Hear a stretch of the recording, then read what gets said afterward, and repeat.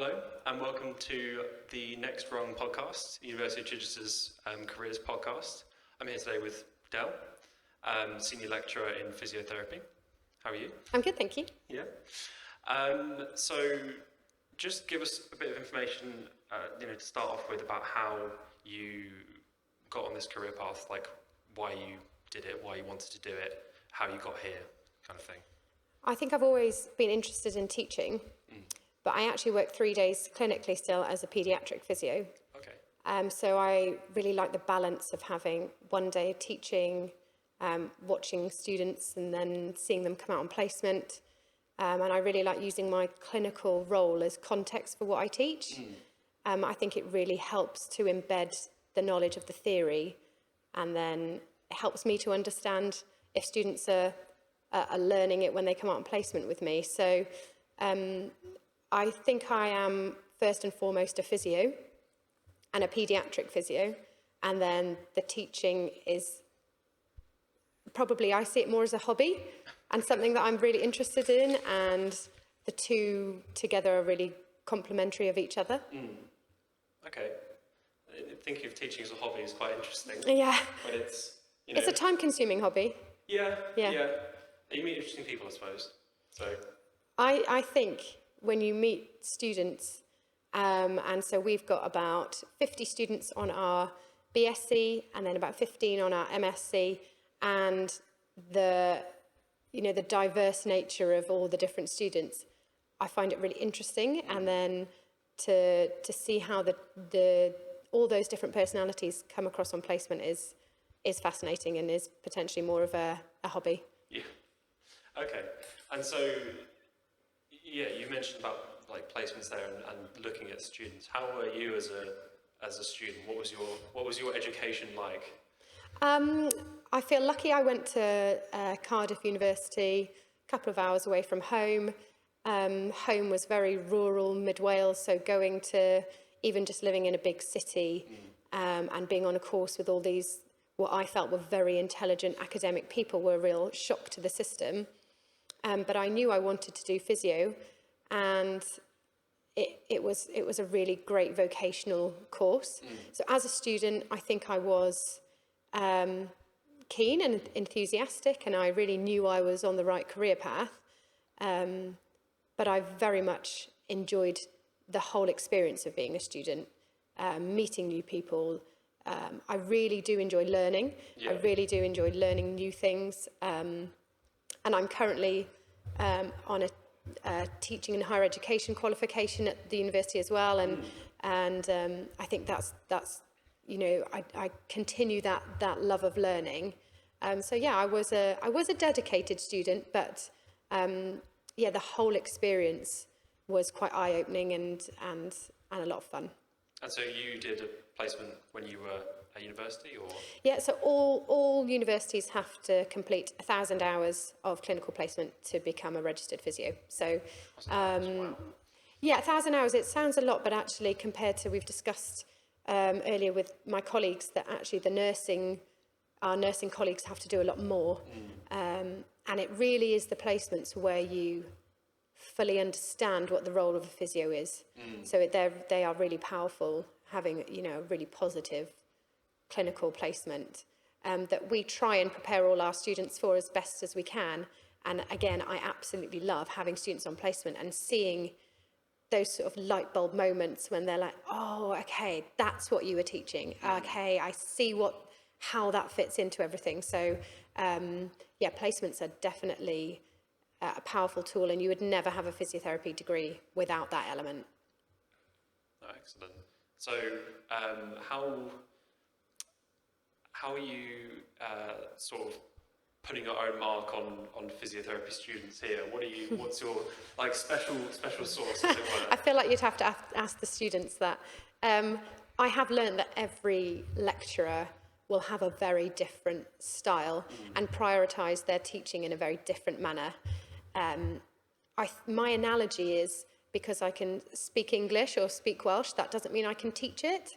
So I have a daughter in school, and when she comes home, of how her teachers have taught her how to read, you think, wow, I would never have thought of that.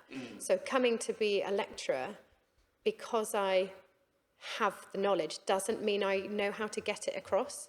So I think that's really interesting, and I think I'm still learning how to put my stamp on that. But I very much use debate, discussion, clinical context to try and motivate and engage the students. Yeah, it is tricky to get students to engage. I think particularly after the pandemic, it is really tricky to get students to engage. At least that's been our experience in careers. I'm still very early on in my lecturing career, and I wasn't lecturing through COVID. I came in right at the tail end. So a lot of stuff was online, which is such a great flexible resource. And I really learnt to embrace that. But I really love that interaction. And getting to know each student and why they want to be a physio. And I start picturing what kind of physio they might be or which area. And that's the absolute best thing about physio, is that you know, our career has to span so many years. You could do 5 years in each area and you're still learning new stuff and doing a completely different role. It's so diverse. And I think that's probably the greatest attraction of the course. You can come onto it thinking, I want to really be a sports physio. And then suddenly your eyes get opened into all the other areas. And you think, oh, maybe I'll do sports physio for 10 years. And then I could just sort of retrain and look into different areas. And I've done that myself. I've worked abroad. I've worked as a physio in France, as a ski physio, which was possibly a bit more skiing than physio. I've worked in Australia, which was possibly a bit more surfing than physio. But to be able to take that qualification and it be a recognised and valuable degree is amazing. There's not a huge amount of degrees or vocations you can really use to travel and still earn money while you're doing it. Oh, absolutely. And I mean, if you get some skiing and surfing on the side, that's, It's a slight added bonus. You're a more multifaceted, more well-rounded person, I think. Exactly. You can put that down on your study abroad, targets and such. I'm becoming a more well-rounded person. Yeah, so in physio, we obviously have to do PDRs and supervision, and it can be part of becoming a rounded, holistic therapist. Yeah, getting those keywords in. Yeah, exactly. And having a bit to discuss about. It's really important that you build rapport with patients, and it's really nice if they've got hobbies and things. You say, oh, I tried that, and that's great. Or, I tried snowboarding, that was terrible. And, things that you can just have to have general chit-chat with patients is really good. So would you, knowing, seeing students coming up now and seeing how you're impacting their learning, is there anything you would have wanted to change for your own education, or go back? And you mentioned about the fact that online learning affords flexibility, but is there anything that you're doing now or your experiences that you'd want to go back and say to, essentially it's a question of to your younger self, what would you say? Would you say do this, study a bit more, or look at this area a bit sooner? What sort of thing? I think I went in quite narrow-minded, that I loved sports. I wanted to be a sports physio.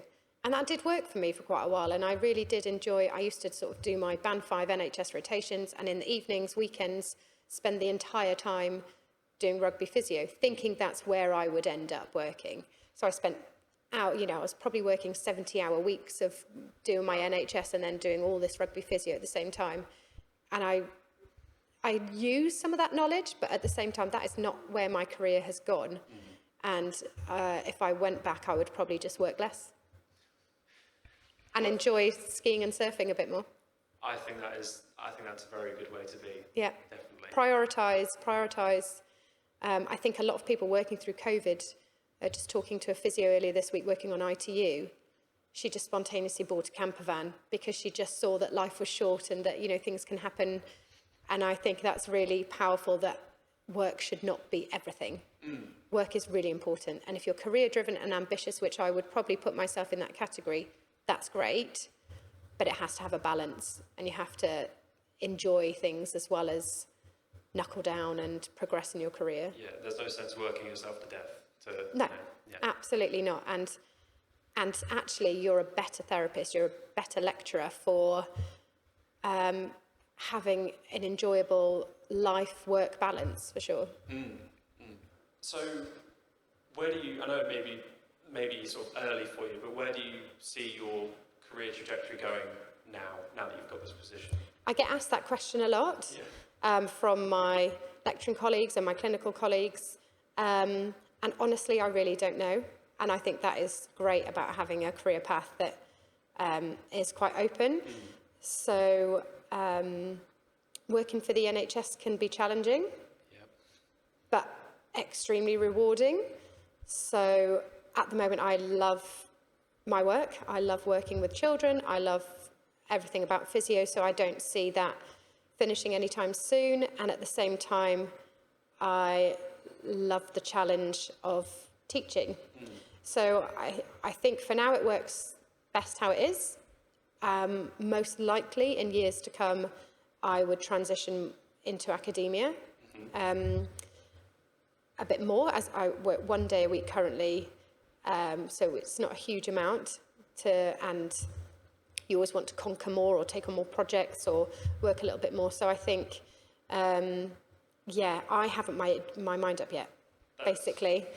I think For a wonderful reason that I love both, not that I hate both. Yes, yeah. And so you talked about going, if you did go further into academia, you're up on research, you're a lecturer, so you're up on research and physio and such. Yeah. What's the kind of bleeding edge that you're interested in, or the particular area that you're really like, this is an exciting area of physio development or something? So paediatrics notoriously lacks evidence. Really? From an ethical perspective of you cannot withdraw treatment from children to use as a control group or to try and actually get ethical approval to do any work within paediatrics is really difficult. But I've been really interested in some of our students coming to me with proposals of how to use the literature and evidence base of paediatrics and how they can use it in their undergraduate research. And there's so much that actually a lot of these really enthusiastic students are coming up with that I think are really valuable and that can continue to contribute to paediatric physio moving forwards.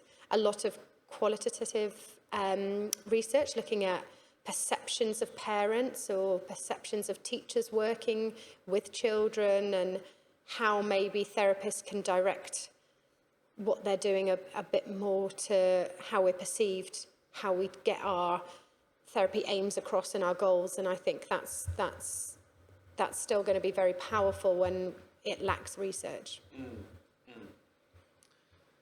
So in terms of your upcoming students, the students that you're sort of nursing through their time at university, how's it been being a lecturer and sort of developing relationships with these? Because obviously they're looking up to you and they're looking up to you for, well, not careers advice necessarily, but thinking this is the path I might take. Do you feel some kind of responsibility, I suppose, to like that you might be there? I feel a responsibility to set realistic what a working environment will look like, because I think you won't know that when you come onto the course. Placements help with that, but my experience of working in lots of diverse areas, of working in hospitals in Wales, hospitals in England, abroad, I can hopefully prepare them for what are the best parts of the job and then what are, the challenges. The Chichester physiotherapy degree is a fairly new degree, and we're just starting to get graduates, and we're seeing them all. I think every one of our MSCs who are still yet to graduate all have job offers. Wow. Because there is such demand for physio right now. So it's really interesting that I'm going to be probably working alongside a lot of the students that I've once taught, and I think that's really exciting. That is, yeah. And to actually see in 10 years' time where they've ended up, that fascinates me because of my own journey of thinking I wanted to do something in it, going off on a tangent and feeling like that's the best. I'm so glad it did that. I can't wait to interview them in 10 years' time and say, okay, so what did you want to do when you came on the course? What have you ended up doing? And, some of my university colleagues, that I studied with, very few of them have actually gone out of physio. One friend runs a pub and the other works in a different section of healthcare, but almost everyone else I know that I graduated with all continue to be physiotherapists in absolutely diverse roles. But that's fascinating too. Yeah. And to see where they all went. And when we studied, we'd all have conversations of what physio we kind of saw ourselves to be. And it's not always what you what you initially, applied for the course for that purpose. Or perhaps you'll be interviewing them on a podcast like this. Yeah, I'd love to. Yeah. I'd love to, definitely come across their path, and a lot have got employed locally. So we will cross paths, we will, work together rather than me being, the hierarchy of I am your lecturer, you are a student. We will be colleagues and we will be working collaboratively, and that's really exciting.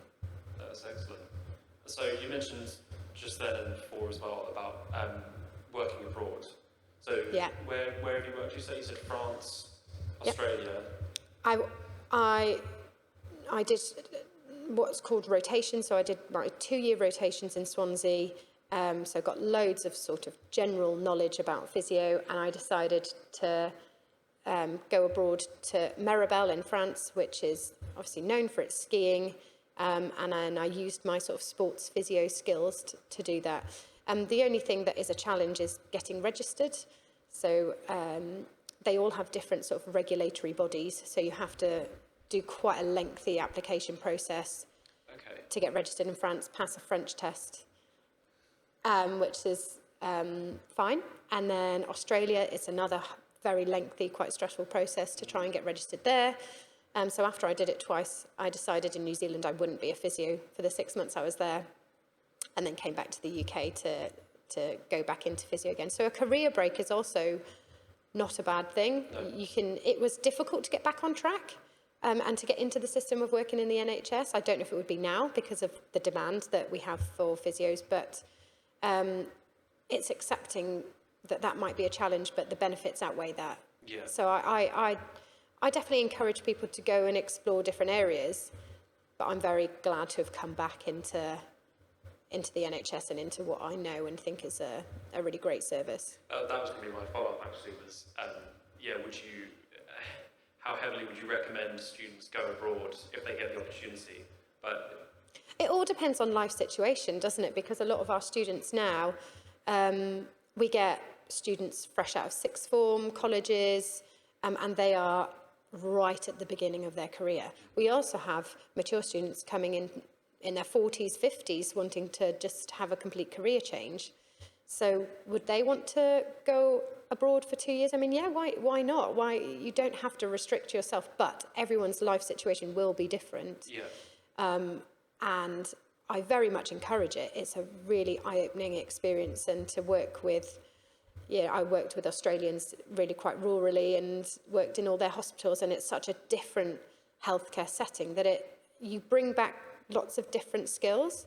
So I think not just physio, nursing, Chichester has their nursing degree, and I think using these vocational qualifications to travel is mutually beneficial. Yeah, absolutely. So if you have the means to do it, I had a positive experience from it. It might be that, others didn't, but I would very much encourage it. Yeah. Yeah, it just makes you more employable overall as well. I mean, you can say, yes, I've been to France, I had to do a French test, prove my efficacy. Yeah. Had to do a whole assessment to a French-speaking national who couldn't speak a word of English, so that was always fun. And using that as in an interview of communication strategies. Well, I had to do this and I had to learn some very key sentences very quickly to assess this French skier. So it's, having those, it makes you interesting, I think. Yeah. I think if you're going for an interview, when I qualified, there was too many physios, interestingly, and there was sort of 300 applicants for each role. So you had to stand out and you had to have something that made you interesting. So I think even when you're doing a course, and if you're straight from sixth form college, it's good to go and volunteer at a children's charity or go and work in an elderly care home or get those broad skills that make you stand out from the crowd. Yeah. What's you mentioned it there about there being, well, at one point there were too many physios, but what's driving? What is it driving the demand at the minute for physios? I think the increased demand. So we are known that we are living longer, that we are requiring more health facilities. So we have an increased demand on physiotherapists. We've also had people leave the profession. And so nationally, there is a huge increase in the numbers of training physiotherapists, but it does seem to go in trends of... The NHS, obviously, in the media, gets a very bad reputation, and so people tend to often think a bit broader now of working elsewhere. So we have a particular need in the NHS, and it might be that's because, well, I'm probably sending all of our physios abroad now that I'm massively encouraging France and Australia. That might be why. But I think it's mainly to do with the demand and the increased demand. And Brexit and restrictions on people being able to work in the UK has had a massive effect, in particular for nursing and doctors. And it has impacted physiotherapists working in the UK too. So I think it's a combination of lots of things. I feel very positive and optimistic, however, that because of this increase in courses, that we'll get back to a competitive level in a healthy way, where we still have to prove ourselves to get to that next level. And I think that's actually a really good thing, to have a bit of competition in the workplace. It drives us to be better at our role. Oh, absolutely. I mean, it keeps you on your toes, I suppose. Yeah. And that's why having a student on placement is great, because it also keeps you on your toes, and you can't coast. You have this underlying pressure that you must know things. And I don't ever profess to know everything, and I think that's good for students to also see that you can't know everything. Yeah. But having someone ask you questions and make you justify what you're doing in your role is really positive. It's just given me horrible flashbacks to the feeling of very in the news of imposter syndrome. Yeah. Of students coming in thinking, they leave with a very good degree and then they go, actually, I don't know if I know any of this. Yeah. Have you had many students? I mean, not the ones that necessarily graduated here, but have you had any students where you've or experienced like yourself, where you've had to sort of deal with it? Imposter syndrome. Yeah. I think it's rife. I think everyone gets imposter syndrome. I think we are a nation of questioning who we are, what we are, whether we're good enough, and especially in a world of social media.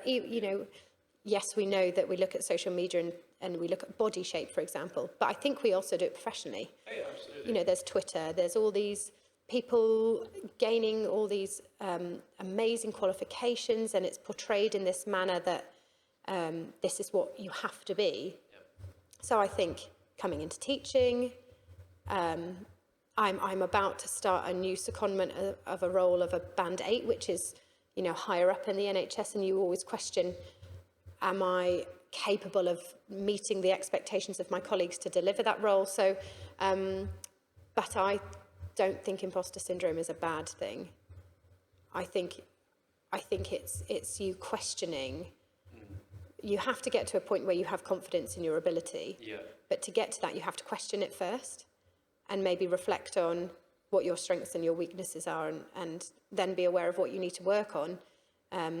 Obviously, it has, depending on the severity of your imposter syndrome, it has obviously negative experiences with it. But I think a healthy level of questioning yourself will only make you a more aware practitioner in any role. Yeah, it's like constant development in a sense. Yeah. I think it's dangerous when you think you know everything. Yeah. I don't think anyone in any role should probably get to that level. Yeah. And then you need a new challenge. Skiing, maybe. Skiing, yeah. Skiing, learn a new hobby. That's fine.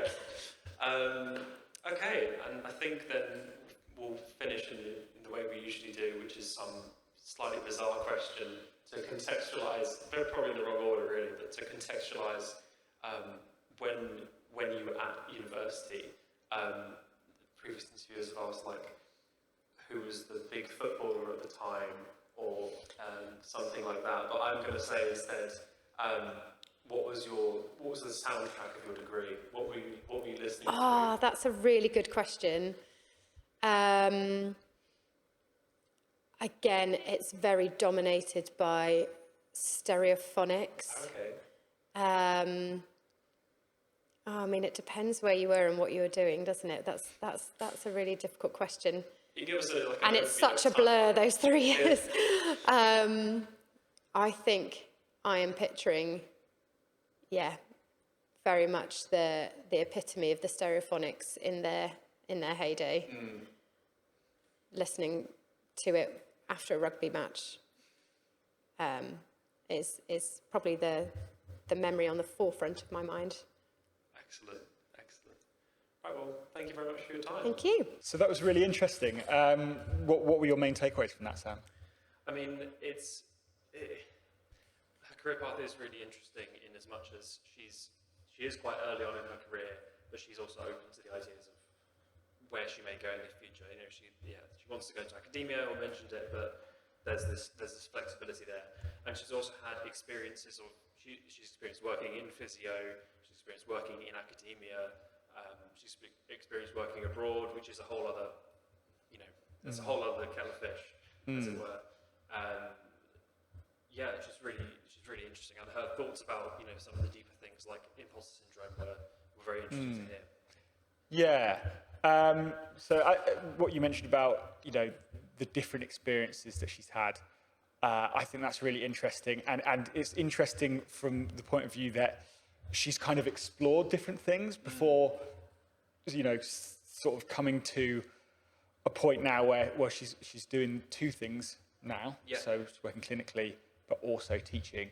So, it's that exploration and not necessarily having to decide straight away. And even now, she's got two options of routes that she could go down going forward. Which one of them she considers a hobby anyway. Yeah. Which is kind of a weird way to put it, given that's a primary job. Yeah. For me, the main takeaway to reflect upon is that you don't have to have everything for the next, handful of decades planned out. No.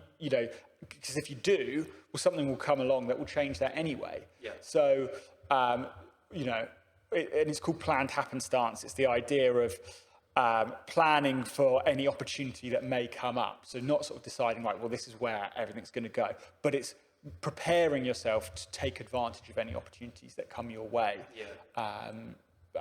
Hypothetically in the future. Yeah. It'd be interesting to interview her colleague from her undergraduate days who went on to own the pub. So that is possibly what led to that. What led her to choose. Choose to do that. So. And as you were saying about the imposter syndrome, it's so right that we all get it from time to time, and it's not a bad thing necessarily, because I guess it allows for growth and learning. If you sort of thought, well, you knew everything and there's nothing else that you need to improve on, well, you're not going to improve ever, are you?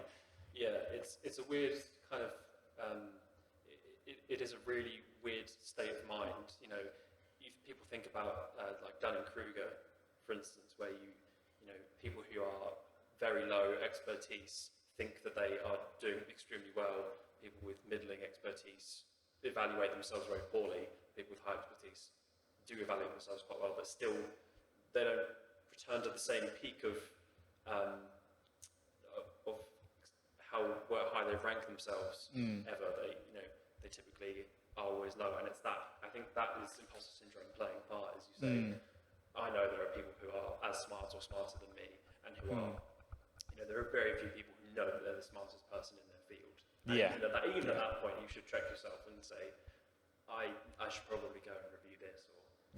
Self-reflection and exploring or thinking about the ways that you can improve at what you do, because there's always going to be areas for improvement. Even if you're the top of your field, you could get better, and that's a good thing, being able to recognise that. Yeah. Well, thanks, Sam. Pleasure. And great.